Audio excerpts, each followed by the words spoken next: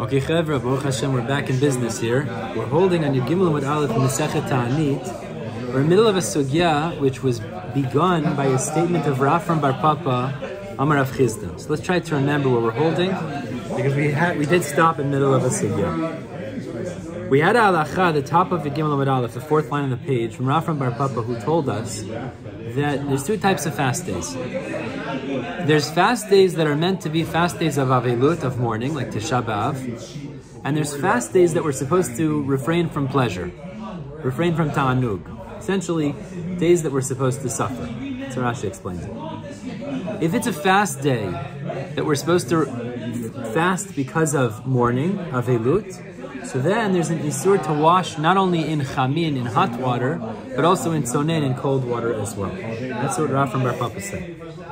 If it's a fast day that we're supposed to refrain from pleasure, so then you're not allowed to wash in hot water, but you're allowed to wash in cold water. This was the chidush of Rav from Bar Papa. Okay, so for example, all those fasts for lack of rain, for missing rain, you would be allowed to wash in cold water, not in hot water. Okay, that's what would come out practically. We brought a proof to him, and then we had a second attempted support, which we came out ultimately was debated if it was a proof or not. Fine. That's where we left off last time. Now what we're going to do today is challenge Rav from Bar Papa with two different questions, and we'll answer them as well. We're going to bring questions, pushyot, against Rav from Bar Papa's chidush. So again, to be clear, if it's a fast day because of Avelut, like Tisha B'Av, you're not allowed to even wash in cold water. If it's a fast day of Ta'anug, you're supposed to refrain from pleasure, you're allowed to wash in cold water. That's what we said Rav from Bar Papa taught us. So let's look now. But then he brought the... We said with Hamesechta, right? Ta'anug you can do in cold water. Avelut you can't even wash in cold water, exactly. So we're holding out Tashma. Tashma is about 10 lines above the wide lines. If you look, it's about 10 lines. 1, 2, 3, 4, 5, 6, 7, 8, 10. Yeah, it's 10 lines, exactly 10 lines. Tashma kishamru. Tashma. Tashma, the end of the line. Last word line is Tashma. But this is not the conclusion, what we said at the end? With Papa? No, they keep arguing. Now we're going to bring proofs against him. We're going to bring questions against Rav from Bar Papa now. But the conclusion with Rav Hanina, that he say mutar la'abed alav pa'am b'shana, was not the conclusion. Well, in the end, it seemed to be it was a proof, but the Gemara is now going to bring questions against it. That's what we're going to bring now. Questions against. So let's see this question. And we're going to quote now a Beraitta that explains when it comes to fast days in general, fast days because of Taanit, let's say for rain, for example. So we know that there's certain things you're not allowed to do. Melacha, wear shoes, like we spoke about in the Mishnah, the second level of fast days. So this Beraitta explains to us what the qualifications of each of those are. You're not allowed to wear shoes in this scenario, but you could in that scenario. You're not allowed to wash in this way, but you could wash in that way. That's what the Beraitta here is going to do. So we're going to see now. Just give me 1 second. Yeah, Taanit Tzibor. We're talking about regular fasts of the public. Yeah, so let's see. Everybody looks inside. Yeah. Tashma. Everybody see Tashma? Tashma. Yeah. Tashma. Says the Beraitta. Let's come in here. Let's bring a proof from a Beraitta to... This is going to be a question against Rav from Bar Papa. Okay, let's see. Tashma. The Beraitta says, Kishamru asor b'mlacha. When the Chachamim said, you're not allowed to do work on Taanit Tzibur. Okay, so on the, let's say the second level of fast days we spoke about for rain. When they said you're not allowed to do melacha, lo amru ela bayom. This was only during the day. Aval balayla, excellent. But the night before, which really is the beginning of the fast day, but in regards to melacha, mutar. We actually mentioned this on your Beraitta Mud Bet. We learned it from Masifat Skenim, beautiful. Okay, this is not applicable to our question, but we're just going to bring a Beraitta here. So when melacha was only during the day, but the night before it was mutar. Amru asor ben ilata sandal, and when they said you're not allowed to wear shoes, lo amru ela be'ir. This is only true in the city. It means when you're amongst the people in the city. Aval baderech, but if he has to travel on the way, so to go without shoes is very difficult. So baderech on the way, mutar. You would be allowed to wear shoes. It's easier to go around without shoes in the city. The city, I guess, it's your flat surfaces, etc. So then how would it be done? Yotzei l'derech Noel. When he goes out on the way, the traveling, Noel, he wears shoes. Wear shoes when you're traveling. We're talking about on the fast day. Nechnas le'ir, when he enters into the city. Choletz, then he takes off his shoes. Okay, so Also, this is... maybe? What's that? Maybe Beraitta ayin. But this is really not applicable to the question. We're qualifying each of the isurim. So again, we said in regards to isur melacha, it's only by day, not the night before. Wearing shoes is only in the city, not outside when you travel. Now we get to what's nogea. Ukisha amru asor berchitza. Now when we said that you're not allowed to wash your body, take a shower, lo amru ela kol gufo.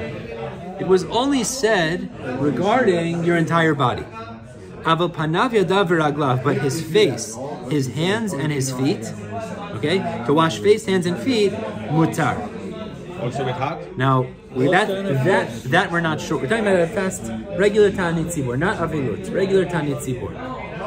Now that we don't know yet. This we're going to have to figure out. So what do we just say? We said, when it comes to the Yisur of washing, it's only if you wash your entire body. But his face, his hands, and his feet would be mutar.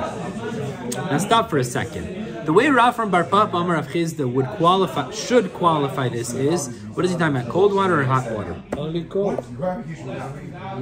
This is not avilut, it's not avilut, this is a fast day. You're allowed to use sonen. How would Rav from Bar Papa want to explain this Beraitta?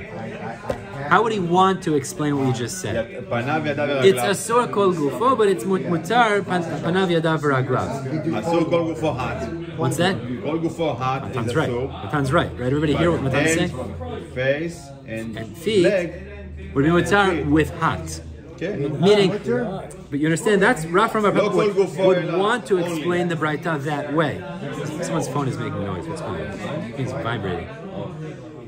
The way Matan explained it is the way Rav and Bar Papa would like to explain this Beraitta. Let's say they say that outside. What he's saying is not applicable at all to those parts. To those parts, exactly. Meaning, although it's asur to wash in hot on a regular fast day, face, hands, and feet would be mutar. To say it's talking about cold doesn't make sense. Because according to Rav and Bar Papa, you could wash entirely in cold on a fast day. So it has to be, we're saying, according to Rav, the way we'd like to understand this is hot water, you can't wash your entire body, but you could wash hands, face, and feet. Good. But the problem is, the Beraitta finishes off as follows. You also find the same halachot by minudeh. Minudeh is somebody who's in cherem, excommunicated.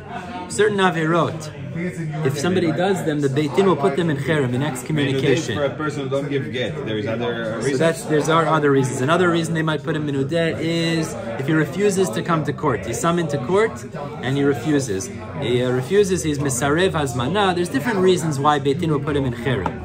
But when he's in this status of minudeh, what's going to happen is there's certain restrictions he's bound by. So v'chein ata motzeh b'minudeh. What does it sound like it's saying? It's the same halachot in regards to isur of washing, isur of shoes. Why? So he's bound by certain restrictions because he's not listening to the Chachamim. He's like excommunicated. He has to bear these restrictions on himself. He's not allowed to wash his whole body. That's what it would seem to be. All these three restrictions we just said should also apply to minudeh. Ube'avel, and this is the key word here, as well as somebody that's a mourner. And what did we just do? No, but mourner, we say you cannot use even sonen. What we just said in this Beraitta is the same restrictions that apply about washing to Taanit tzibur also apply to a mourner, to avilut. Now Rav and Bar Papa created a distinction between them. He made a chiluk between them. We're saying the same way avilut is not allowed to wash, also Taanit tzibur, general Taanit tzibur of Tanug is not allowed to wash. So, it sounds like the three halachot we said before are equally applicable to Avel as they are to Taanit tzibur. So let's apply the third rule, because that's really what we're going to get into. So let's speak this out. Exactly, that's going to be the problem. So let's speak this out.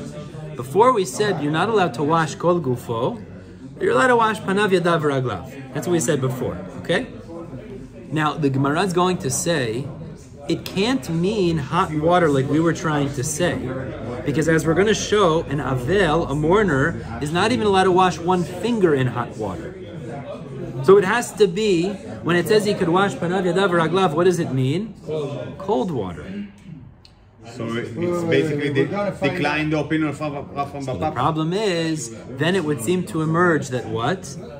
That even by Taanit Sibur, because we're comparing the two of them, even by Taanit, you're not allowed washing cold. That's going to be the question.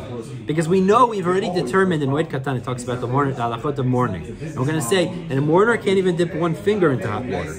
So it has to be hot water. So therefore it has to be when we're saying, before we're saying, Hanav Yadav Raglav, you can't wash Kol Gufo, but you could wash Hanav Yadav Raglav, it has to be, what does it mean? Cold.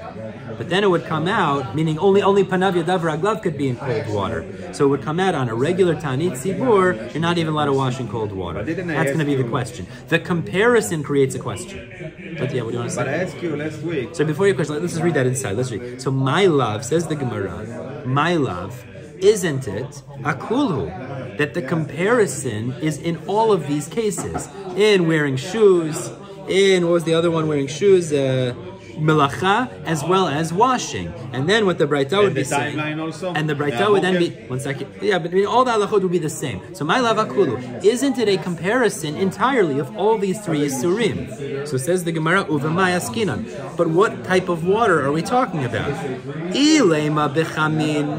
If it means you can't wash your whole body in hot, you can wash your face, hands, and feet in hot. So panav yadav raglav misharu. Is it permitted for a mourner to wash his hands, face, and feet? The problem is, Rav Sheshet tells us, Avel, when it comes to a mourner, asur lahoshit etzbo bechamin. He's not even allowed to place his finger in hot water. So we know a mourner is not allowed to put even the smallest part of his body in hot water. Can't be saying he could wash his hands, face, and feet in hot water. Elalav, so the Gemara says rather it must be bitzonen. It must be, what's the Beraitta saying? That the mourner is not allowed to wash his whole body in cold water, but he could wash his hands, face, and feet in cold water. And the comparison between mourner and Taanit Sibur would then say that a Taanit Sibur also is not even allowed to wash in cold water. So because of the comparison, this is a question. So that means it's the same. It's the same. Exactly. That's creating a similarity. Let me hear the question. Let me hear the kasha. Meaning the Beraitta seems to be equating these. And if we know by a mourner he's not even allowed to put his finger in hot water, so this chiluk about gufo and panav yadav raglav must be in cold water. But if it's in cold water, that means just as a mourner can't wash his whole body in cold water, also in Taanit Sibur, he can't even wash his whole body in cold water, which is a question against what Rav from Bar Papa Amar Rav Chizda was saying. I ask you, everybody hear the question, very straightforward. How come that we are not have the same restrictions? I know that there is severity, the Chumrah of Tisha B'Av is higher, but there is still connection with Asara B'Tevet and Yudzayin B'Tammuz. Yes. Actually, it's a good question. Good question. I don't want to get off topic, but that is a very good question. But it's not. Let's just stay in the Shak of the Tari. It's a very good question. Zat Hashem, the end of the sugya, let's get back to that. Let's just stick in the Shak of the Tari. The Aval and the Menuda are the same as Taanit Sibur. Where do you get Taanit Sibur in this Beraitta? That's the first part of the Beraitta. First part of the Beraitta, it doesn't mention it clearly, but that's what it's talking about. Rashi says, first part of the Beraitta is talking about a public fast day. So an ordinary public fast day. Like you could say for rain, any ordinary public fast day of Ta'anug. So he's saying right away, an ordinary fast day is like a mourner.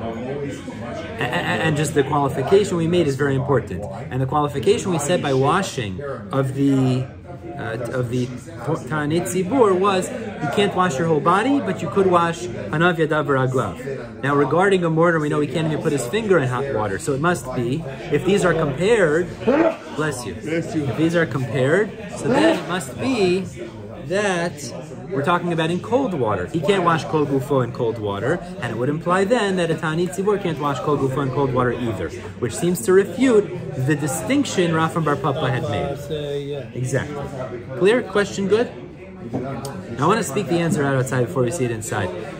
I'm not sure you're going to love the answer. The answer the Gemara is going to say is, you were assuming the three halachot we mentioned before are similar. When we said v'chein ata motzeh b'mnodeh, v'chein ata motzeh b'avel, it means the three halachot we said before are the same by Taanit Tzibur and Avel.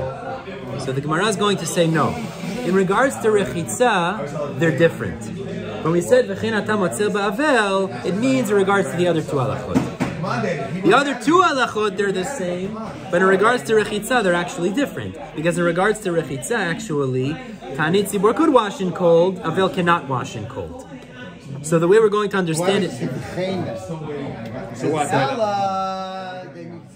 But hear the just hear the answer out for a second. Everybody hear the answer? When we're saying v'chein, what it means to say is, in regards to the general halachot, they are the same, but we're not specifically comparing it in regards to Rechitza. Because in regards to Rechitza, we're going to stick with Rav from Bar Papa and say, really, Mishum Taanit, if it's a Taanit, Mishum Ta'anug, you're mutar to wash in cold. And by the way, when we make the difference of Gufo, Panav Yadav Raglav, what are we talking about? Hot water.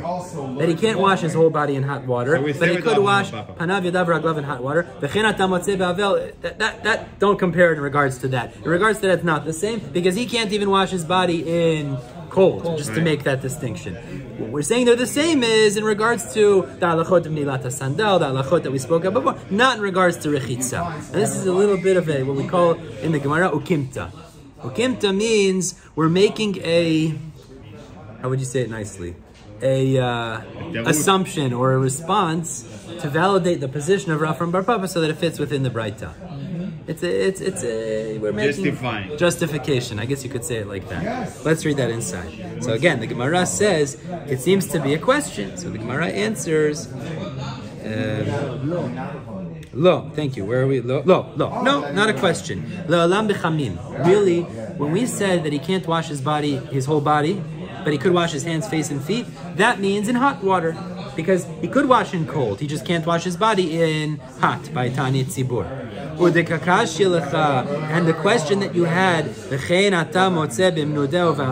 that there was this comparison between Taanit Tzibur and those other cases, Avel, that's referring to the rest of the halachot. Ash'ara is the rest, like sha'ar. That's referring to the rest of the halachot, not the halacha of Rechitza. So we answered up his position. We had three things. And that's that. Yes. Right, melacha, sandal, and washing. Right. So melacha. But melacha Taanit Tzibur also restricted? Taanit Tzibur, yeah. I'm sorry. So, but the Taanit that we are dealing here is Taanit for Kshamim. Yeah. So this Taanit is basically like the highest level of severity. Yes. Because it's the third set. Yes. And in this set, basically, there is no melacha. Correct. So, Correct. Yeah. So you also don't wear shoe just to show your suffering and your pain. Correct. I'm just trying to catch up. Correct. No, you're right. Because we kind of lost track a little bit with the situation with Rav Papa. Yeah. I do want to point something very interesting out over here. Rashi tells us something here based on the comparison of melacha, right? Rashi says here, you want to look at the Rashi? I just thought this was a fascinating Rashi. Everybody hears the question and the answer, though? The question and answer is clear? Right, so we assume that was a complete comparison. The response is not a complete comparison, so we make the distinction. Fine. Look at Rashi. You see that Rashi? It's the fourth wide line in Rashi. Yeah, you see that? Yeah, exactly. Do you see it, the doctor? Oh, yes, you see it? Look at this Rashi. So by public fast days, you're only not allowed to work during the day. But during the night before, it's mutar. So Rashi says, but this way it is compared to Tisha B'Av, Avelut. So it's the same as Tisha B'Av. So Rashi says, Me'acha mashma, from this it would imply Tebelele Tisha B'Av, that the evening of Tisha B'Av, Mutar B'Mlacha. Everybody sees. So that's what it clearly seems to be saying. We're saying in this way they are comparable. Isur Melacha is only by day, but the night before it's not. So for Tisha B'Av also, it starts at night. The Isur of Achila, for example. But the Yisur HaMelacha only begins the next morning, okay? Ve'ein bitul ela b'yom, and you only have to stop working by day. Aval ein mefarsimin hadavar, but we don't make widespread this matter.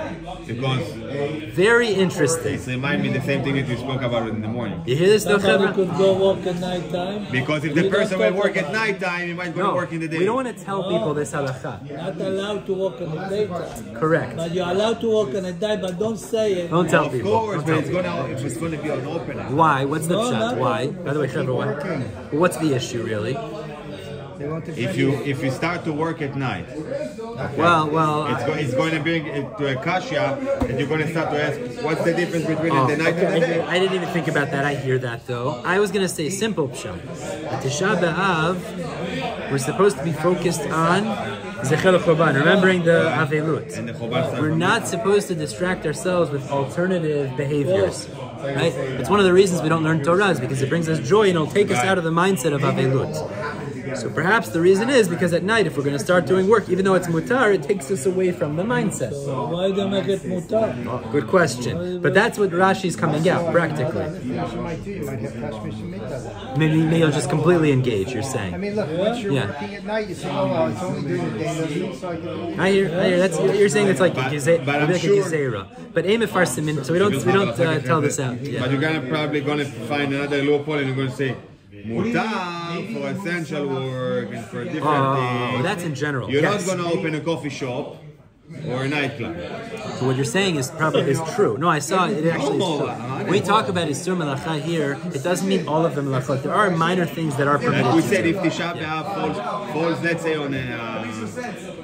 if the people need some produce or Right. there is any need. Right. No, you're right. 100%. But can we... Sure. You said the three halachot. I lost you. Yeah, no problem. What's the problem? Want to go over it outside? Real quick, I just want Sure. Line. First This is one the was three halachot? melacha. Melacha, rechitza, and sandal. Melacha, nilata sandal, and rechitza. That's what we spoke with. That's what the Beraitta said. Not with Rav Rambam. Rafa just talked about rechitza. Okay. Really, the first two is not nogea to Rafa Bar Papa. But the Beraitta said these three, and it said rechitza is only called gufo, it's asur, but panav yadav raglav is mutar. V'chein ata motzeh ba'avel. So what does it mean? It can't mean hot because Avel is not even allowed to put one finger in hot water. So it must mean cold. He's not allowed to wash kol gufo, but he could wash panav yadav raglav. But then it would come out that Taanit Tzibor is the same, that he's not allowed to wash in cold. Kasha and Rafam Bar Papa. So the Gemara says, no, not a kasha. Because we say v'chen, it's only comparing for the other two halachot. For nilata sandal and melacha. But regarding rechitza, they're different. Because really, you're not allowed to wash in hot for Taanit Tzibor. Cold is b'chlal mutar. And for Avel, he's not even allowed to wash in cold. Like we make this chiluk. But the v'chen is just comparing regarding the first two halachot, not regarding the third halachot. Okay. All right, let's stop here and do a review because I don't want to go too far ahead. Tomorrow, there's one last proof, God willing, we'll get to tomorrow. You know what I wanted We're going to to- get into a sugya of Avelut actually now, a very interesting sugya. In regards to the Rashi that you mentioned, Yeah. it reminds me what it we spoke about in the Masechet Shabbat in the morning. Yeah. With the Akira and Anacha. No. Oh, it's Gezerah. Why? Zera. Because if they're going to start to work in the night time, Right. Might if travel. he's just going to do if he's just going to do Akira, Akira, he'll end up doing he Anacha. might going to end up doing Beautiful. Anacha. It's a Gezerah. I hear, very good. So better just to prevent.